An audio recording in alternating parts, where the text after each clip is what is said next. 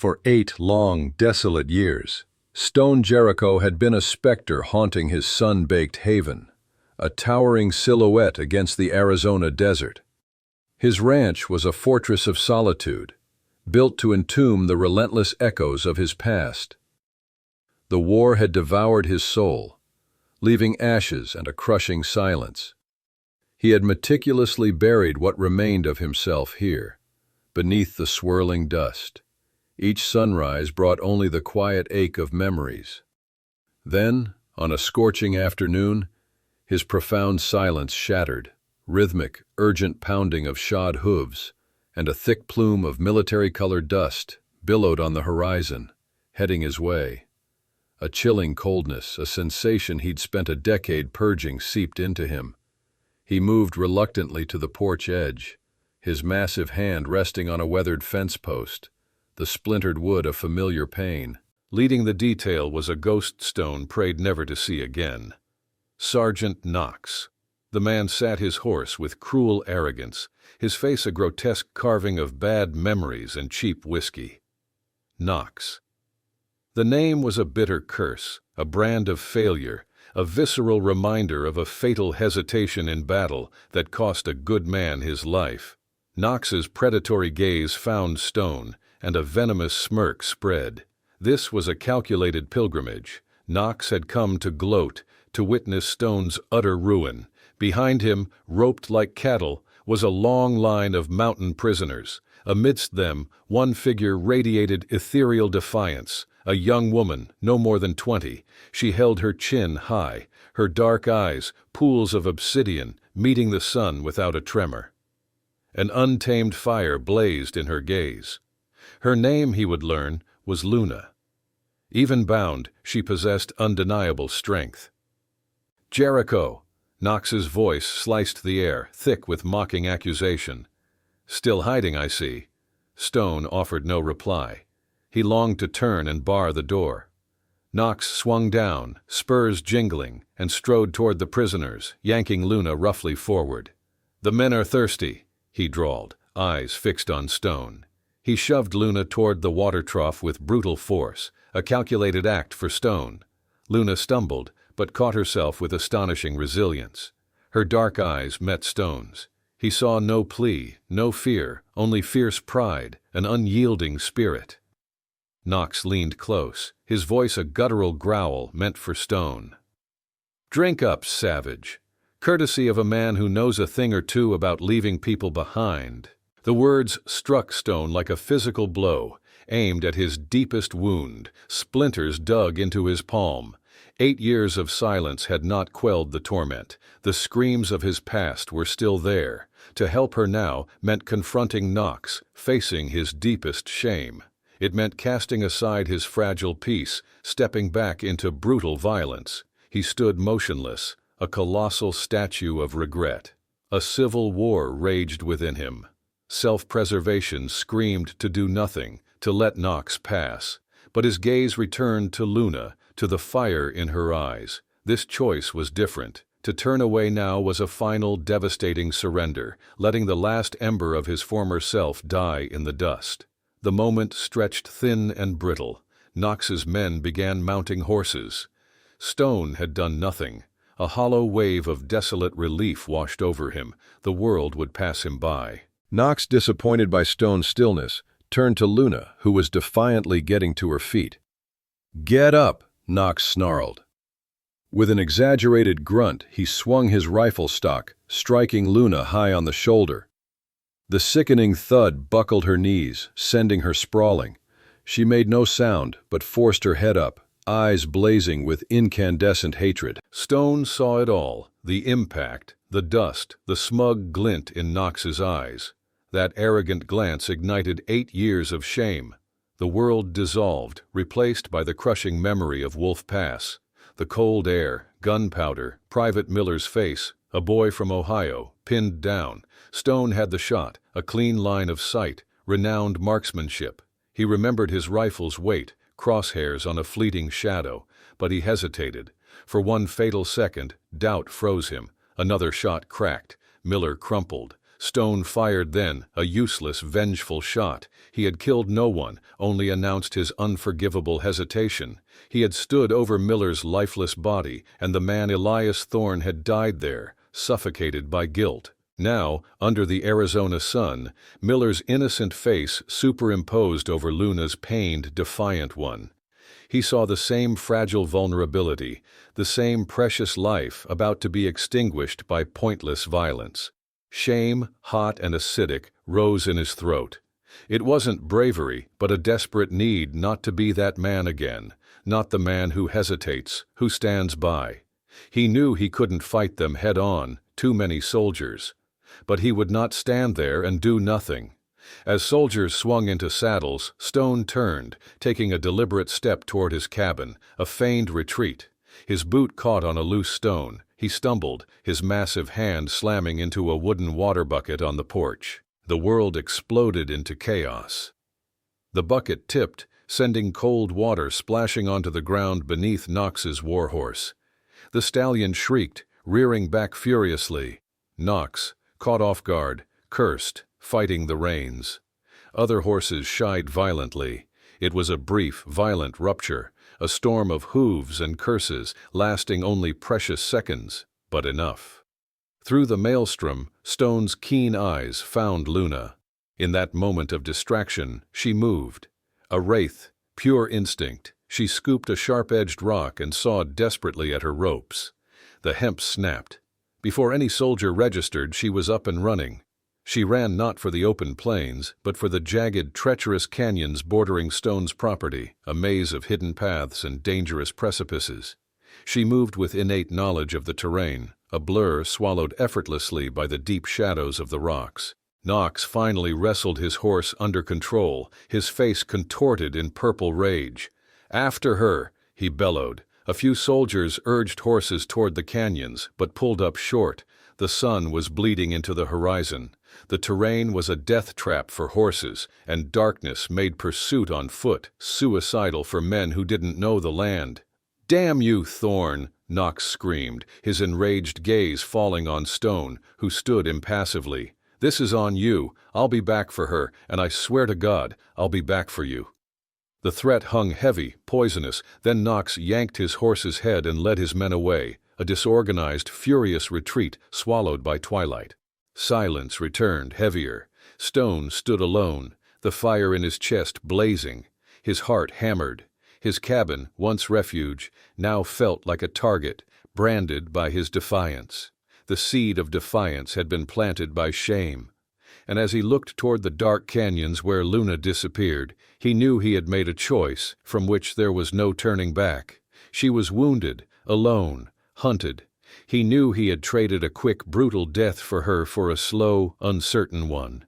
The sturdy walls of his ranch felt like a suffocating cage. A precious life was out there, and its survival now rested on whether he, Stone Jericho, had the courage to step outside his self-imposed fence line, to leave the prison of his past behind. Night fell quickly. Stone moved through the canyons, unlit lantern in hand, guided by the moon. His intimate knowledge of the land was etched into his mind. He wasn't tracking merely a person. He was tracking pain. A dislodged pebble, a broken twig, a faint smear of darkness on a boulder. Blood. He followed the agonizing signs of her struggle for hours, climbing over rock formations, pushing through thorny brush. He thought he'd lost her a dozen times. But then, in the deep shadow of a granite overhang, he found her. She was curled into an impossibly tight ball, a small, vulnerable form, trying desperately to conserve warmth. She looked impossibly fragile, like a broken bird. Her breathing was shallow, ragged. He knelt beside her, reaching out a hand, then hesitated. He hadn't touched another human in 8 years. "Easy now," he whispered, his voice raspy. "I'm not going to hurt you." She didn't stir. Gently, he brushed matted hair from her face. Her skin was cold. He knew he had to get her back to the cabin. Leaving her here was a death sentence. With a care he hadn't known he possessed, he scooped her into his arms. She was lighter than he expected. The journey back was slow and arduous. He moved with a measured, reverent pace, shielding her delicate body. With every step, the invisible walls of his self-imposed prison crumbled. The profound silence of his cabin, once a comfort, now felt like a vast, empty void yearning to be filled. He carried her across the threshold, kicking the heavy door shut. He laid her gently on his cot. The flickering lamplight cast dancing shadows. Her face was etched with exhaustion, but the fierce pride, the unyielding spark, was still there, slumbering just beneath the surface. The wound on her shoulder was worse than he'd thought. Knox's rifle butt had broken the skin, a deep, angry gash inflamed and crusted with dried blood and dirt. He worked with quiet, practiced efficiency, stoked embers, heated water, tore clean strips of shirt. A giant rancher, not a doctor, but he knew how to staunch bleeding and prevent infection. As he carefully cut away her dress, a small, meticulously fashioned deerskin pouch fell from inside her clothing, landing softly on the floor. He reached for it, but her hand shot out with impossible speed, clamping around his wrist. Her eyes, pools of liquid darkness, flew open wide and wild, filled with feverish delirium and raw alarm. Her grip, despite her injury, was surprisingly strong, the desperate strength of someone fiercely protecting their soul. "No," she rasped, a raw, painful whisper, yet undeniably a command. "All right," Stone said softly, holding his hands up. "All right, I won't touch it." Her grip loosened, but her dark, bottomless eyes never left his, watching his every move. He went back to cleaning the wound, his movements slow, deliberate, letting her observe every action. He worked in profound silence, dabbing gently at the angry flesh. She winced, body tensing, but did not cry out. He saw the muscles in her jaw tighten, her will holding back any sound. He admired her for that, more than she could ever know. When he was done, he applied a thick salve of pine tar and dried herbs, bandaged the wound tightly, and pulled a heavy wool blanket over her. He sat in the lone chair, a silent, imposing sentinel watching her breathe. An hour passed, then two. He didn't sleep. Sometime before dawn, she woke again. The fever had lessened, replaced by a weary, cautious intelligence in her dark eyes. She looked at him, then the clean bandage, then the deerskin pouch she'd pulled onto her lap, her hand resting protectively. She pointed a slender finger at her own chest. "Luna," she said, her voice still rough, but clearer now. "Stone," he replied, his own name sounding strange. She looked slowly around the sparse cabin, taking in every detail. Then her eyes, dark and questioning, came back to him. There was a silent question. Why had he helped her? He had no immediate answer, for he didn't fully understand it himself. She seemed to sense his internal turmoil. Slowly, deliberately, she loosened the drawstring on the deerskin pouch. She tipped it forward, and into her calloused palm rolled a small, astonishing collection of corn kernels. Some were iridescent midnight blue, others fiery red, some speckled white, like tiny scattered stars. They seemed to glow with an ethereal light.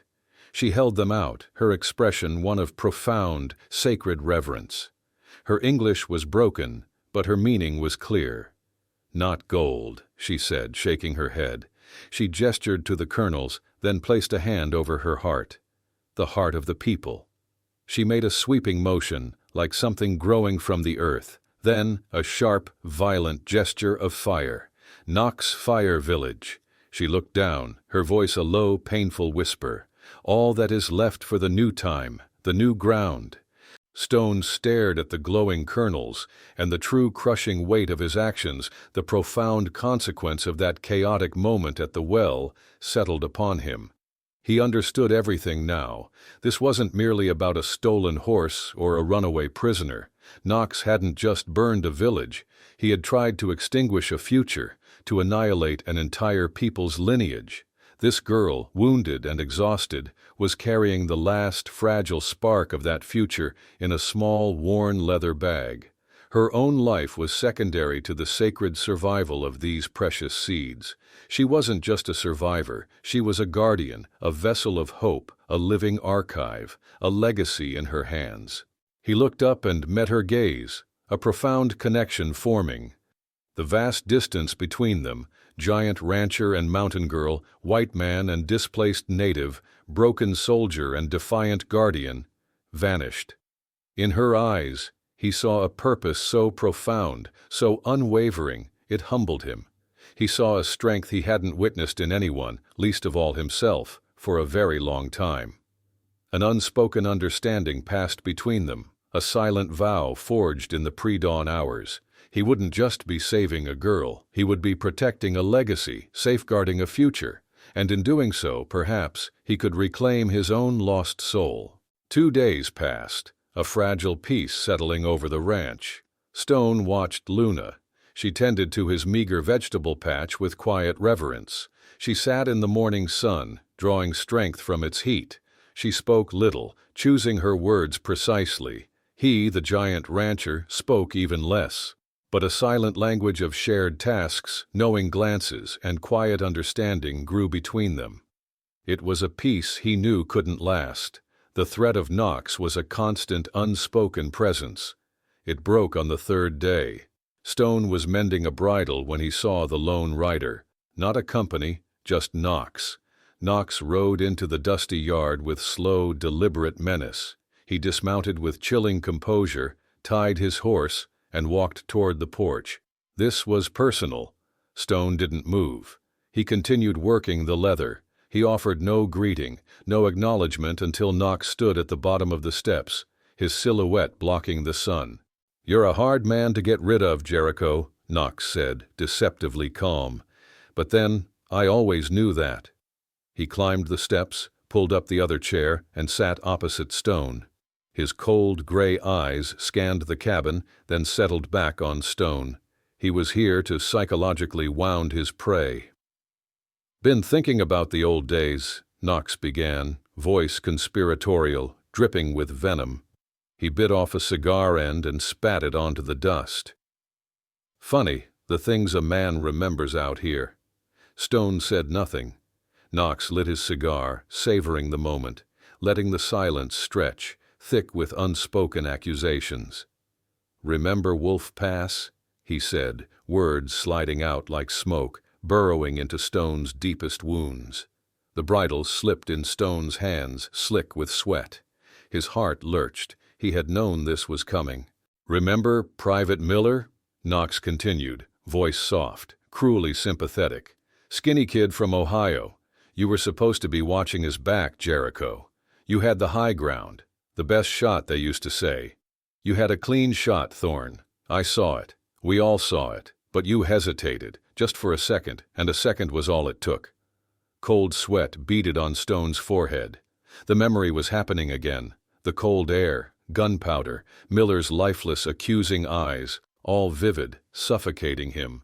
Knox's voice was the venomous serpent, whispering temptations of surrender. "She's just another stray, Thorne," Knox said, shifting to pragmatic dismissal. "A savage. She's not worth it. She's not worth another ghost at your table." He leaned forward, the mask of civility dropping, revealing pure malice. "Give her up. No one has to know you helped her. I'll make sure of it. We can forget this whole thing.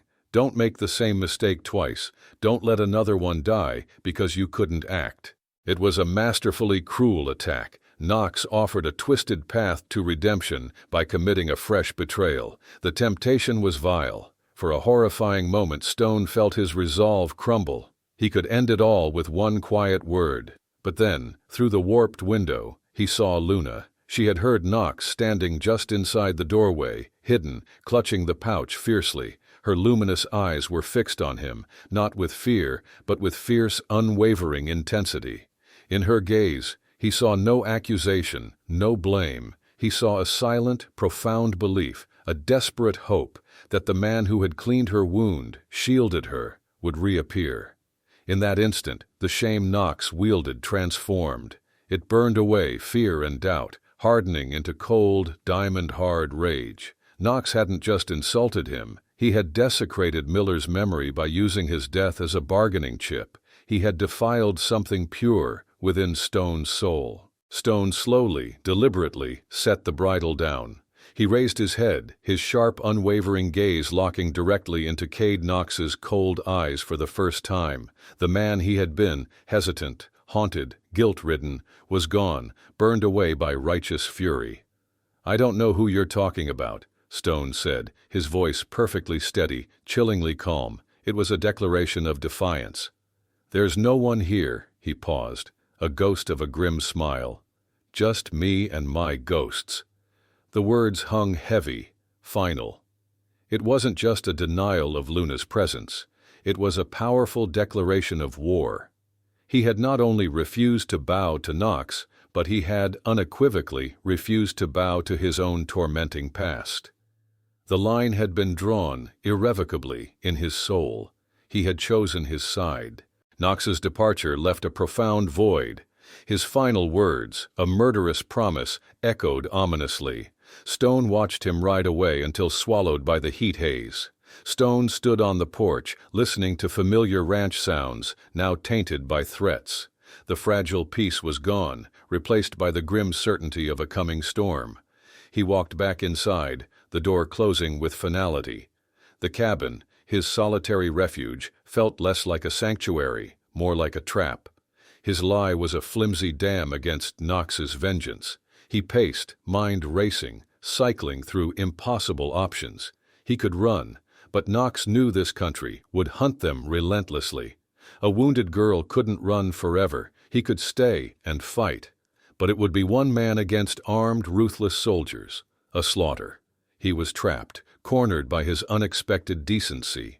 Despair settled over him. Lost in bleak thoughts, he didn't hear her approach.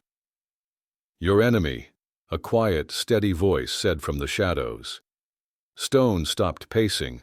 Luna had stepped out, standing straight, her bandaged shoulders stark white. Her eyes were clear, sharp, holding startling intelligence. "He does not use his strength," she continued, her English careful, potent.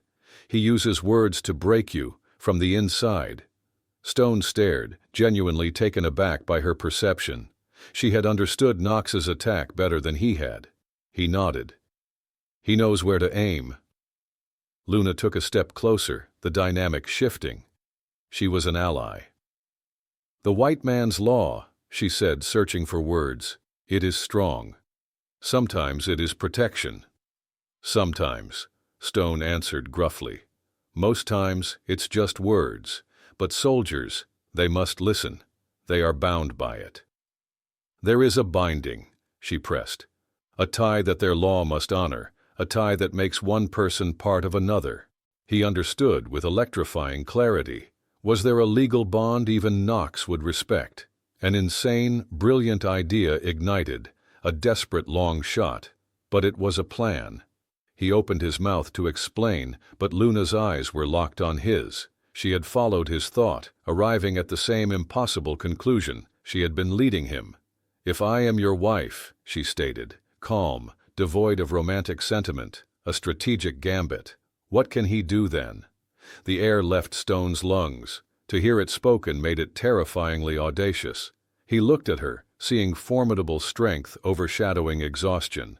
This was not a helpless victim. This was a leader proposing a radical alliance. "You know what you're saying?" he asked, his voice low and hoarse. He had to be sure she understood the immense pretense, the dangers. She met his gaze without flinching. Her hand instinctively went to the deerskin pouch. "I know," she said, firm. "This is not about the heart. This is about survival. It is about this." She patted the pouch. The future. A white man's law to protect a mountain people's future. The most unsentimental, pragmatic proposal, not born of affection, but forged in desperation, a shield against annihilation. He thought of his real wife's gold band. A wave of guilt washed over him. This felt like a profound betrayal. For an agonizing moment, he thought he couldn't do it. He looked up. Luna was watching him, her unreadable expression holding deep, knowing compassion. She understood the cost. Slowly, she approached. She took 2 corn kernels from her pouch, one midnight blue, one earthy red. She held them, then gently closed his large calloused hand around them. The kernels were cool against his skin, a stark contrast to the gold ring in his other hand. "For the past," she whispered, her gaze meeting his, "and for the future." In that profound moment, he understood. This wasn't a desecration of his past love. It was an honoring, an act of continuation. He was not replacing a sacred memory, but weaving new threads into his life. This was about living up to the man his wife believed him to be, the man who would stand against injustice. It was a union of 2 disparate worlds, a solemn vow witnessed by the spirits of his past and the hopes of her future. The grief in his chest didn't vanish, but made room for something new, grim, unwavering resolve. He stood up, facing her. He took a deep breath. He held up the ring. He looked deeply into her eyes, seeing a reflection of his own rediscovered purpose. Then he began to speak the vows he had said once before, words imbued with new meaning. "I, Stone Jericho." He never finished the sentence. The front door exploded inward, ripped from its hinges by a violent kick. The sound was a deafening gunshot, shattering the quiet. Framed in the dark doorway, a menacing silhouette, stood Cade Knox. A triumphant, predatory smirk twisted his face.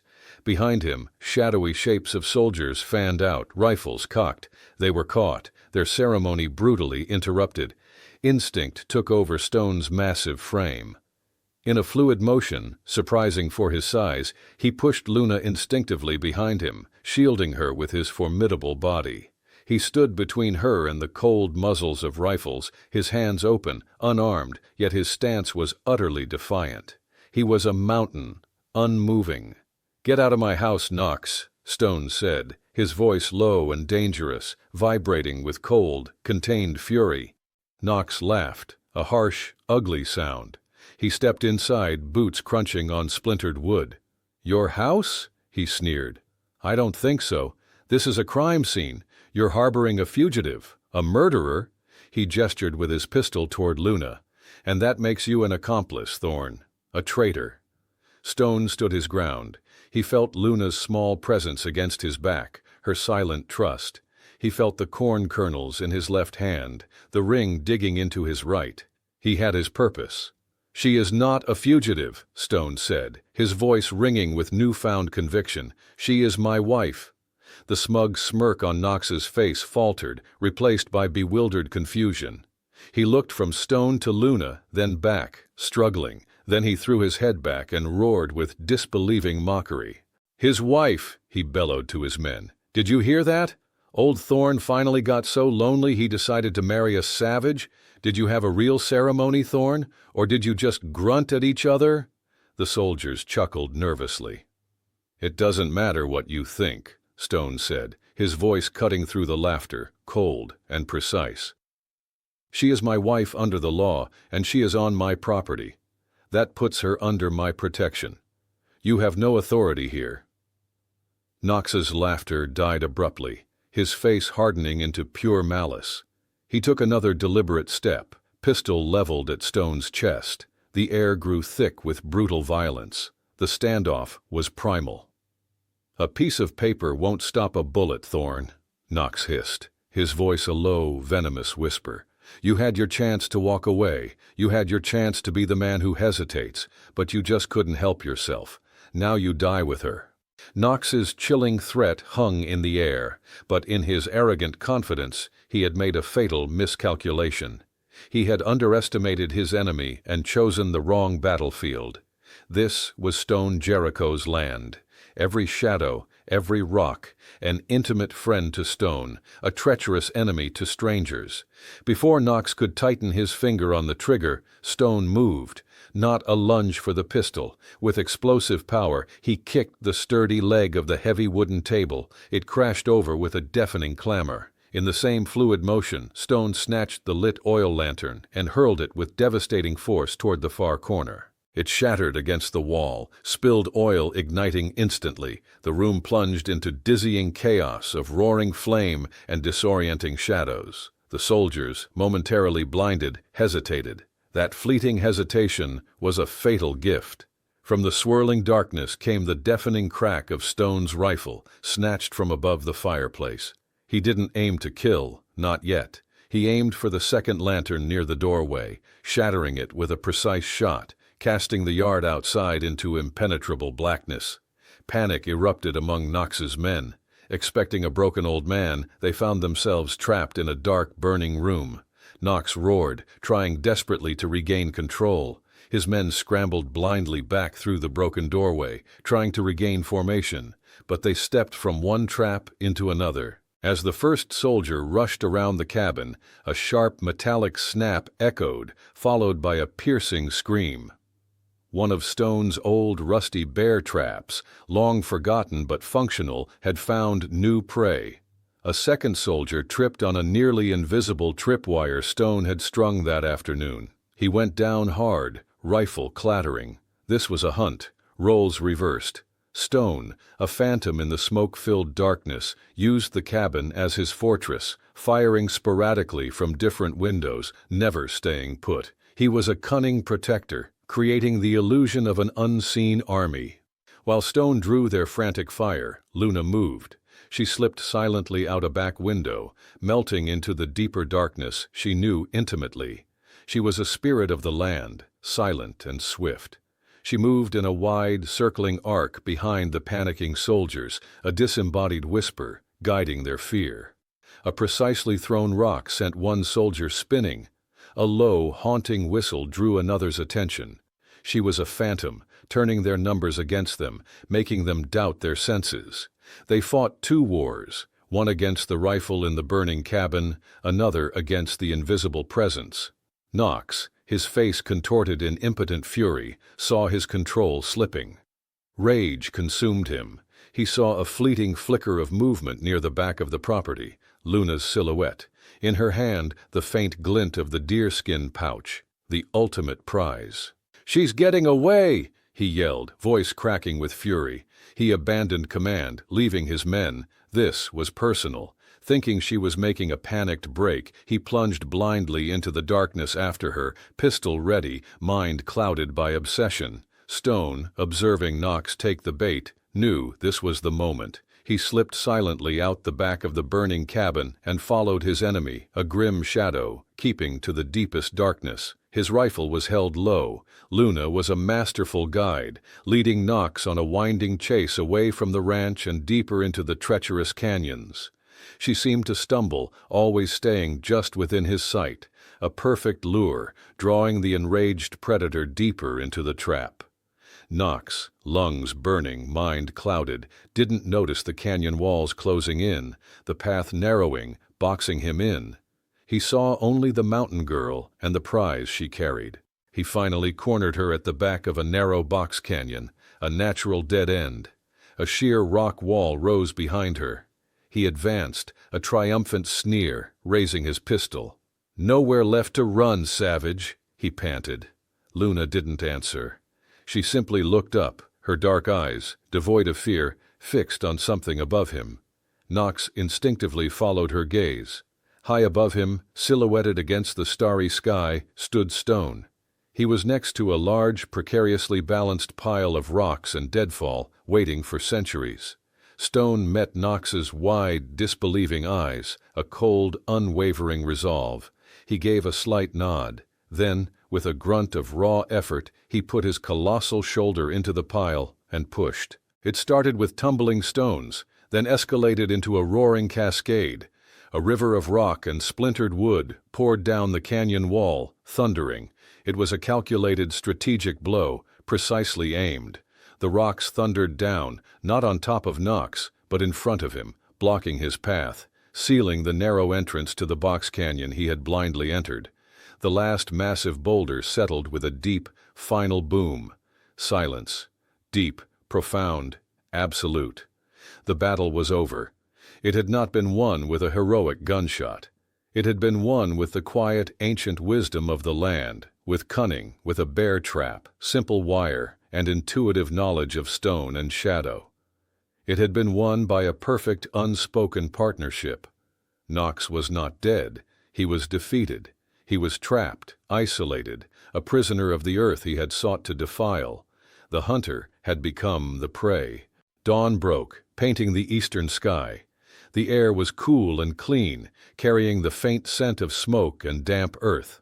Stone and Luna stood on the canyon rim, looking down into their makeshift prison. Below, Knox was a tiny, insignificant speck, pacing like a caged animal. His enraged shouts had faded into a hoarse, defeated silence. His surviving men had fled. They would leave him there. Someone would find him eventually. His power was broken. His reign of terror was over. They walked back to the ranch in profound, understanding silence, the shared ordeal forging an unbreakable bond.